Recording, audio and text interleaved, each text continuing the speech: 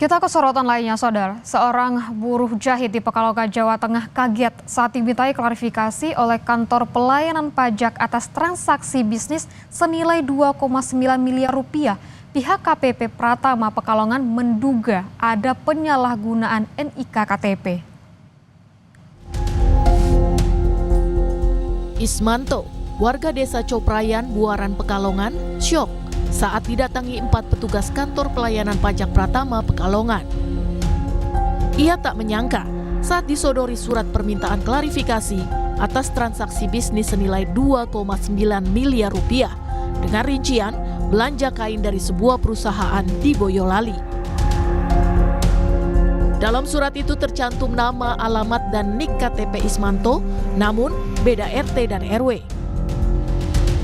Ismanto yang sehari-hari bekerja sebagai buruh jahit harian mengaku tidak punya usaha, apalagi membeli barang miliaran rupiah. Ia sempat ketakutan hingga mengurung diri di kamar selama 2 hari. Ya, saya awalnya pas bilang kayak gitu kan saya, transaksi kain. Saya sih kayak gini Pak keadaan nih, orang rumah saya aja kayak gini. Emang Bapak percaya kalau saya punya transaksi sebesar itu? Terus saya minta surat keterangan dari balik desa, saya bawa ke kantor pajak dan kantor pajak juga. Ismanto mendatangi KPP Pratama Pekalongan untuk klarifikasi Jumat 8 Agustus lalu. Hasilnya, diduga terjadi penyalahgunaan data diri oleh orang yang tidak dikenal. Kepala KPP Pratama Pekalongan Subandi menyatakan sering terjadi kasus NIK dipinjam atau disalahgunakan orang lain untuk keperluan bisnis. Itu datang karena dari surat tersebut belum ada respon. Kami ini mendatangi, hanya menanyakan sebenarnya klarifikasi. Benar enggak sih Pak, Bu, Anda ini melakukan transaksi nilai 2,9 sekali nilai transaksi ya, bukan pajaknya, bukan.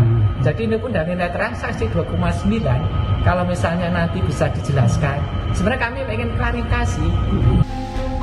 Pihak kantor pelayanan pajak mengimbau masyarakat tidak sembarangan membagikan NIK kepada pihak lain karena merupakan data pribadi bersifat rahasia.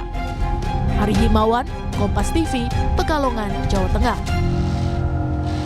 Saudara, seorang wartawan di Pangkal Pinang, Kepulauan Bangka Belitung ditemukan tewas di dalam sumur, diduga jadi korban pembunuhan.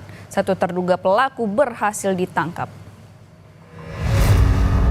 Setelah 2 hari dinyatakan hilang, Aditya Warman ditemukan dalam kondisi tak bernyawa. Jenazah wartawan okebos.com ditemukan di dalam sumur di kawasan kebun miliknya.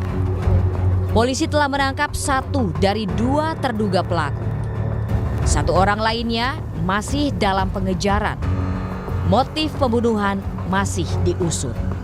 Yang bersangkutan kita kenakan diduga melakukan melakukan pencurian dengan kekerasan. Kenapa dikatakan pencurian dengan kekerasan? Karena bukti awalnya itu korban hilang belum dapat, sementara mobil sudah hilang.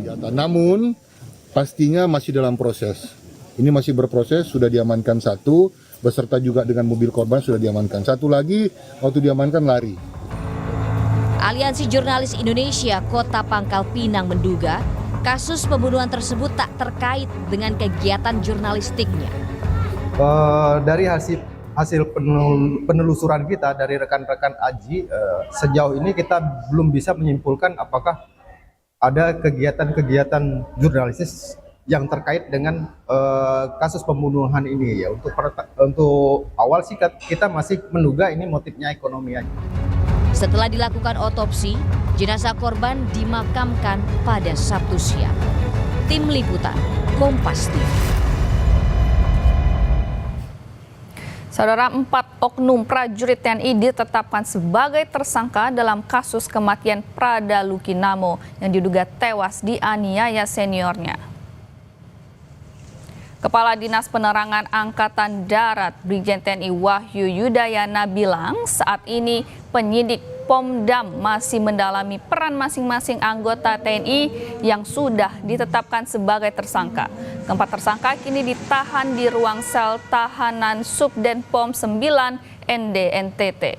Penetapan 4 tersangka dilakukan setelah penyidik memeriksa 20 saksi dalam dugaan penganiayaan terhadap Prada Luki.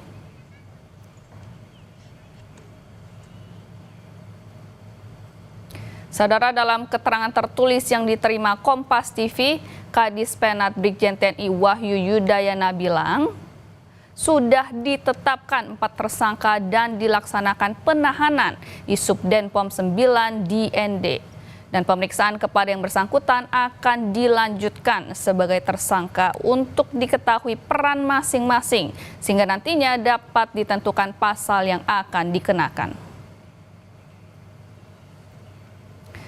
16 orang lainnya saat ini masih terus dilakukan pemeriksaan lanjutan dan tidak menutup kemungkinan ada tersangka baru dalam hasil pemeriksaan tersebut.